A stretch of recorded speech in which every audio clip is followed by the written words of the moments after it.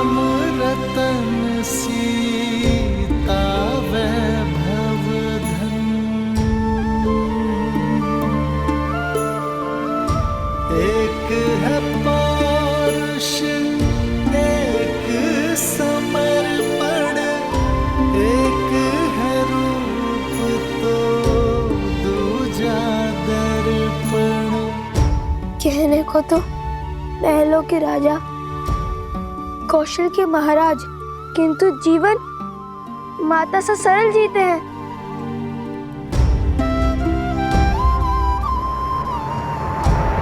राम सिया राम सिया राम सिया राम, राम सिया राम सिया राम, सिया राम,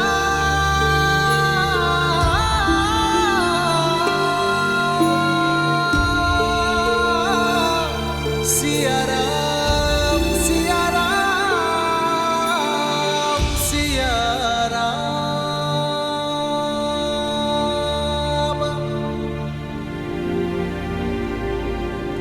मुझे देखकर पीड़ा होती है या भय? जब भी तुम्हारे समक्ष आता हूं, तुम्हारे नेत्रों से कल कल अश्रु बहने लगते हैं।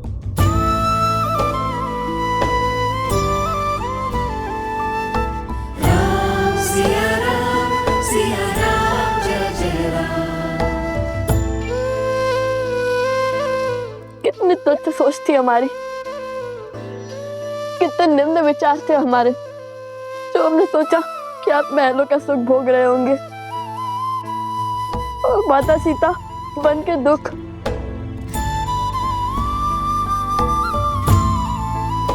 यहाँ आए तो समझ में आया कि एक और आप कौशल राज के महाराज की भांति अपने राज्य को हर संकट से बचा रहे हैं, और दूसरी ओर किंतु एक सन्यासी की भांति सब कुछ त्याग बैठे हैं।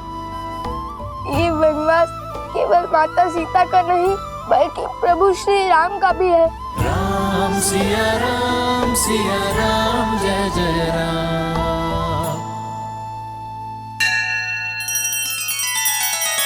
श्री रामचंद्र कृपालु भजु मन हरण भव भय दारुणम, नव कंज लोचन कंज मुख कर कंज पद कंजारुणम। सिया राम सिया राम सिया राम सिया राम सिया राम सिया राम।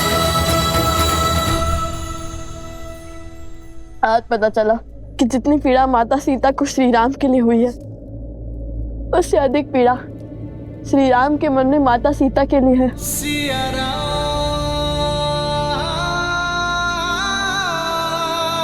सिया राम। तुम्हारे नेत्रों से झरते ये अश्रु, तुम्हारी बातों से उठती ये विपदा, ऐसा प्रतीत होता है कि तुम्हारा दुख मेरे दुख से भी विशाल है।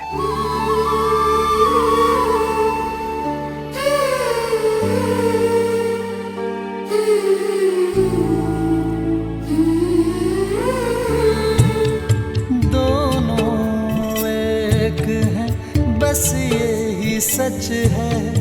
राम लक्ष्य और राम ही पथ है, विरह की आग में जले सिया राम।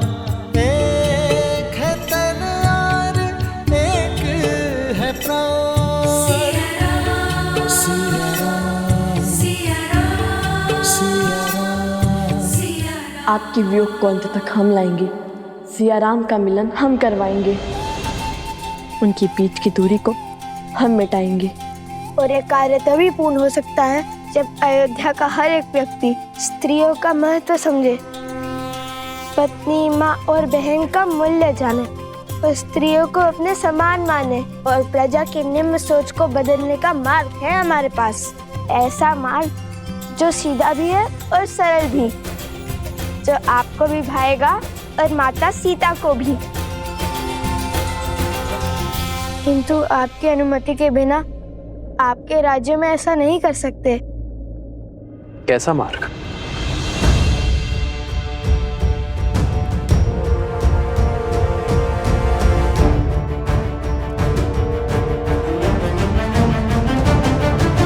और इसके लिए हमें केवल एक दिन का समय चाहिए। हम वचन देते हैं इस शुभ कार्य में कुछ अशुभ नहीं होगा। आपके पुत्र होने के नाते हमें एक अवसर दे दीजिए।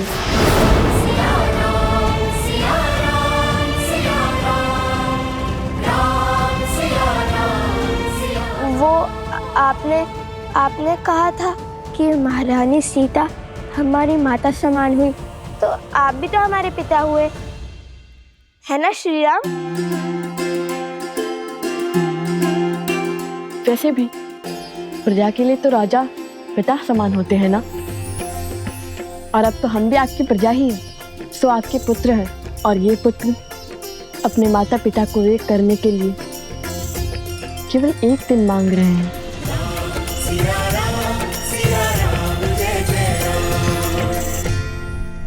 मान जाइए ना प्रभु, मुझे लव कुश पर पूरा विश्वास है।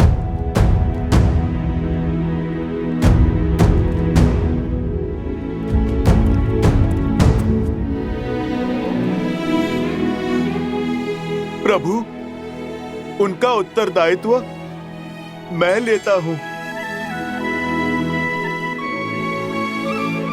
और फिर यदि ये कार्य सफल हुआ तो ये राज्य पूरा खुशियों से भर जाएगा प्रभु। हर संकट टल जाएगा प्रभु।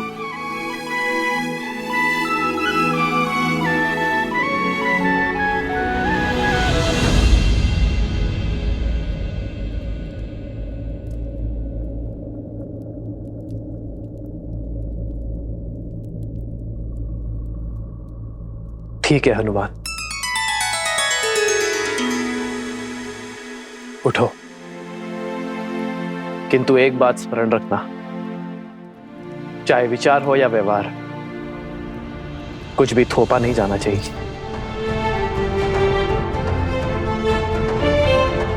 यदि अयोध्यावासी एक दिन में तुम्हारी बात मानेंगे तो तुम्हारे उपाय को और आगे बढ़ाएंगे, अन्यथा ये निर्णय भी पुनः नियति पर छोड़ देंगे।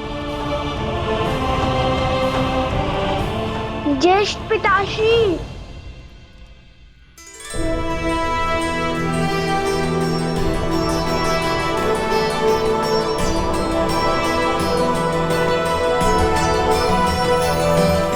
क्षमा कीजिए, किंतु हमने छुपकर आपकी सारी बातें सुन ली।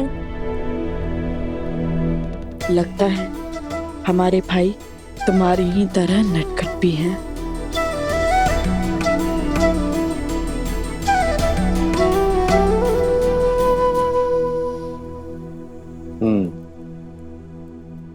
इतना दुस्साहस उचित नहीं है। ये राज नियमों के विरुद्ध है। तुम लोगों से भूल तो हो गई है, अब इसका दंड भी अवश्य मिलेगा। नहीं पितामह, हम ऐसा कभी नहीं करते, किंतु बात बड़ी माता से जुड़ी हुई थी तो हमसे रुका नहीं गया। और फिर लव भैया और कुश भैया के उपाय में तो हमारी रुचि थी ही। भैया? जो आपको पिता मान रहे हैं वो हमारे भैया ही हुए ना। मंगल भवन मंगल हारी, द्रवहु सुदशरथ अजर बिहारी।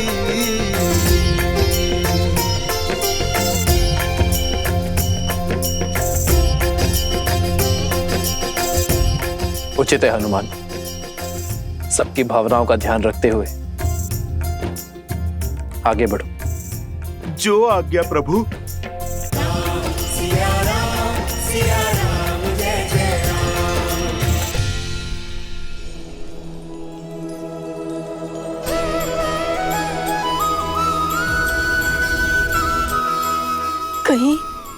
कहीं ये स्वप्न तो नहीं है?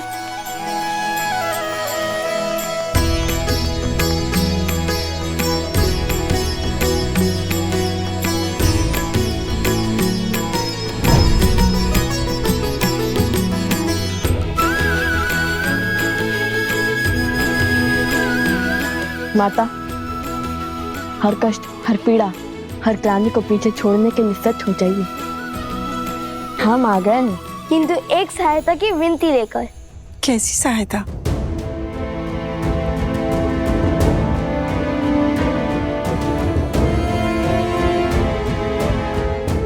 अवश्य, मैं ये कार्य अवश्य करूंगी। आप निश्चिंत रहिए, बस मुझे आज्ञा दीजिए।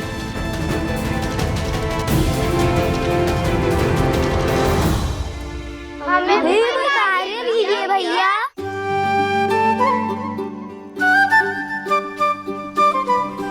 अवश्य, तुम सब एक स्थान की व्यवस्था करो जो हमारी योजना में उपयोगी हो। जानते हो ना मैं कैसे स्थान की बात कर रहा हूँ? हम अभी उचित स्थान की व्यवस्था करते हैं।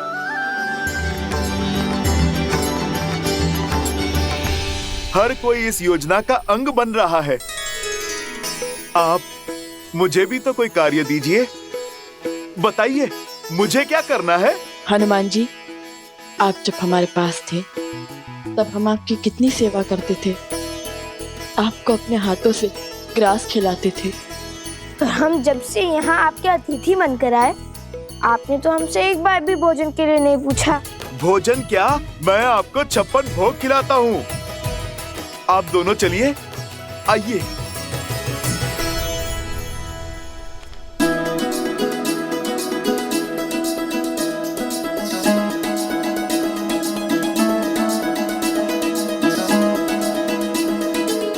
नहीं, बस। एक और लीजिए। नहीं, अब नहीं, और नहीं।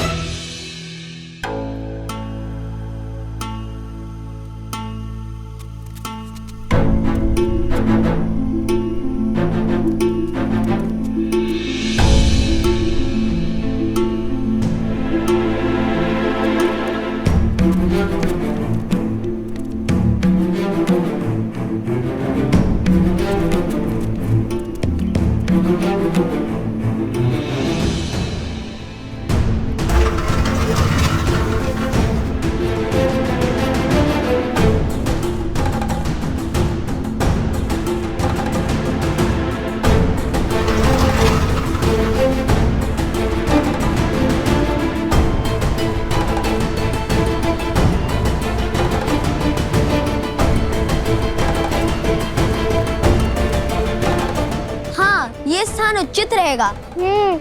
महल के इस भाग को अब राज परिवार तो उपयोग करता नहीं।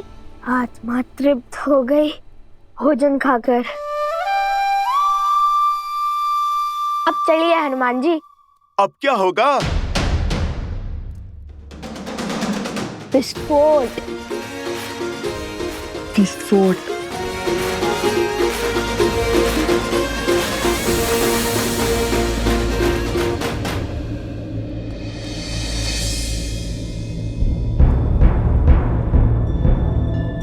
अरे, अयोध्या की सारी स्त्रियां कहीं चली गई हैं। सब की सब खो गई।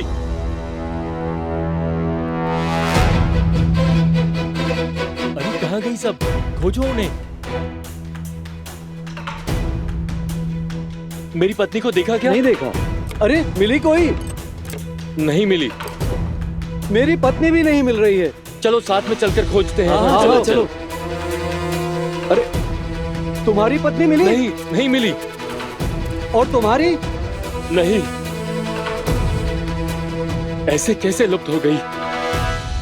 माता और बहनों, हमारे आपसे केवल एक विनती है। चाहे आपका पुत्र, पति या पिता, कोई भी विपदा में हो, ये मत भूलिएगा कि ये युद्ध केवल माता सीता के लिए नहीं है। ये आप सबके मान सम्मान का द्वंद है। यदि पुरुषों को लगता है कि संसार को चलाने का दायित्व और सृष्टि के निर्वहन का कर्तव्य वो निभा रहे हैं, तो ये उनकी बड़ी भूल है। क्योंकि बिना स्त्री के ना घर चलता है और ना ही समाज। स्वयं नारायण भी लक्ष्मी के बिना अधूरे हैं। जब तक अयोध्या में राम राज्य की स्थापना नहीं होगी, तब तक श्री राम और माता सीता का वियोग समाप्त नहीं होगा। और जब तक सियाराम एक नहीं होंगे तब तक रामायण कभी संपूर्ण नहीं होगी। हाँ हाँ, हम आपके साथ हैं। आप जो कहेंगे हम वो करेंगे। हाँ हाँ, हम आपके साथ हैं। हाँ हाँ, हम आपके साथ हैं। चलिए हम सब मिलकर महादेव से इस कार्य के सफल होने की प्रार्थना करते हैं।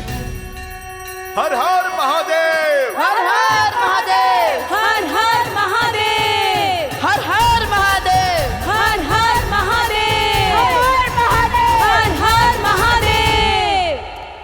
पूरे नगर में एक भी स्त्री नहीं है। ये कैसा संयोग है? कैसी घटना है? सब और देख लिया, कहीं कोई चिन्ह नहीं। अरे तो क्या आकाश खा गया या पाताल निकल गया? अरे मेरे पुत्रों की माता क्या पवन के वेग में उड़ गई?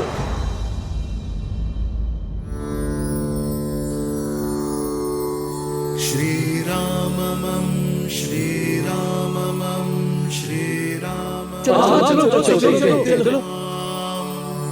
श्री राम राम रमेति रमे रामे मनोरमे सहस्रनाम तत्तुल्यं राम नाम वरानने। श्री राम राम रमेति रमे रामे मनोरमे सहस्रनाम तत्तुल्यं राम नाम वरानने। देखो हनुमान जी की अद्भुत लीला। उचित समय पर आए हैं हनुमान जी। अब यही हमारी समस्या श्री राम तक पहुंचाएंगे। चलो चलो चलो। हाँ, चलो देखो।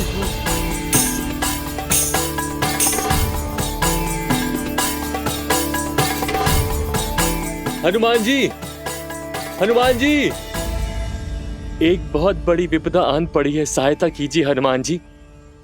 इसलिए आपका ध्यान तोड़ना पड़ा हमें।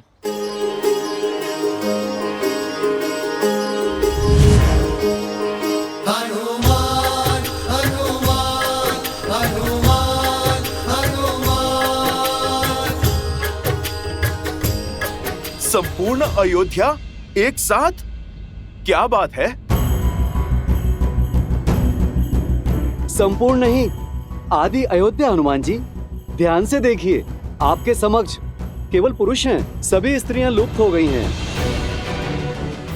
माताएं, बहनें, बहू, बेटियां कोई नहीं है। कहीं ये किसी आसुरी शक्तियों का किया धरा तो नहीं?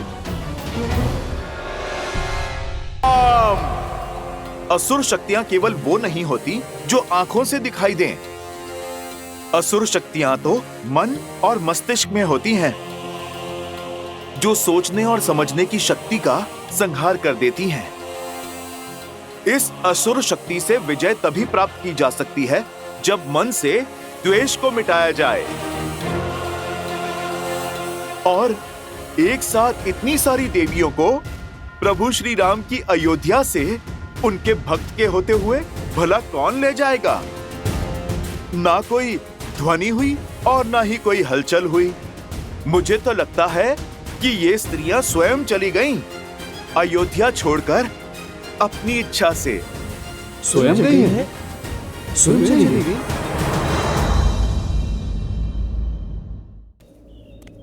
समझ में नहीं आता, न तो इतनी शक्ति है और न इतना साहस, तो फिर कैसे चली गई?